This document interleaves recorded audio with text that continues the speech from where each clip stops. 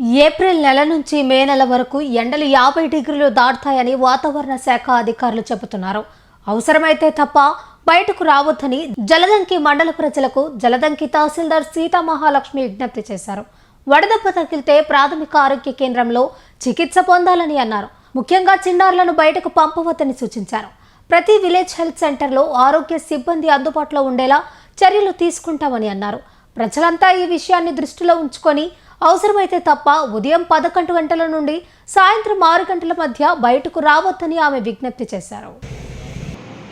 నిన్ననే head office నుండి మనకి బిఎంఎన్హెచ్ఓలకి డాక్టర్స్కి నిన్న మాకు టెలికాన్ఫరెన్స్ జరిగింది. ఈ సంవత్సరం ఎండలు చాలా తీవ్రంగా ఉంటాయని చెప్పారు. ఏప్రిల్ 12 నుండి జూన్ వరకు దాదాపు 55 డిగ్రీల దాకా ఉండొచ్చు అన్నారు. కాబట్టి దయచేసి చిన్నారులు కానీ వృద్ధులు కానీ ఎవరైనా సరే ఉదయం 11 సాయంత్రం 6 తర్వాతనే మీరు బయటికి రండి. ఈ సంవత్సరం ఎండ దెబ్బలు వడదెబ్బలు చాలా తీవ్రంగా ఉంటాయని కూడా చెప్పారు నిన్న.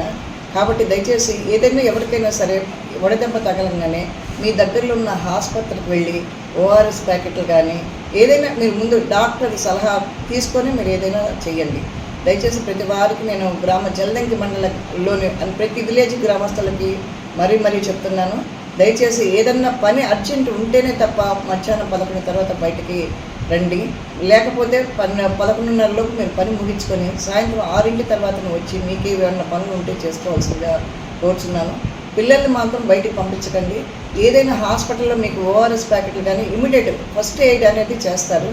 డాక్టర్లు కూడా వాళ్ళ దగ్గరలో ఉన్న హాస్పిటల్స్ డాక్టర్స్ కూడా రేపు మీటింగ్ పెడతాను. ఆ మీటింగ్లో చెప్తాను. మీ దగ్గర మన విలేజ్లో ఏ విలేజ్లో ఎంతమంది ప్రజలు ఉన్నారు, ఎంత మనకి మెటీరియల్ కావాల్సి వస్తుంది. కాబట్టి ప్రతి గవర్నమెంట్ హాస్పిటల్లో కూడా మనకి ఏంటంటే నేను ఇచ్చిన మీటింగ్లో ప్రతి గవర్నమెంట్ హాస్పిటల్లో 2 బెడ్లు మాత్రం ఇమీడియట్గా పెట్టమన్నారు. ఒక ఏసీ రూమ్ కూడా ఉంచమన్నారు. కాబట్టి ఎవరైనా సరే ఏదైనా కొంచెం జ్వరం కానీ ఏదైనా వాంతులు కానీ ఏదైనా మరీ సివియర్గా ఉన్నప్పుడు హాస్పిటల్కి అప్రోచ్ చేయకన్నా కొంచెం బాగలేనప్పుడు వడదెబ్బ తగలంగానే ఇమీడియట్గా మీరు దగ్గరలో ఉన్న హెల్త్ సెంటర్స్ను అప్రోచ్ అవ్వాల్సిందిగా నేను కోరడమే.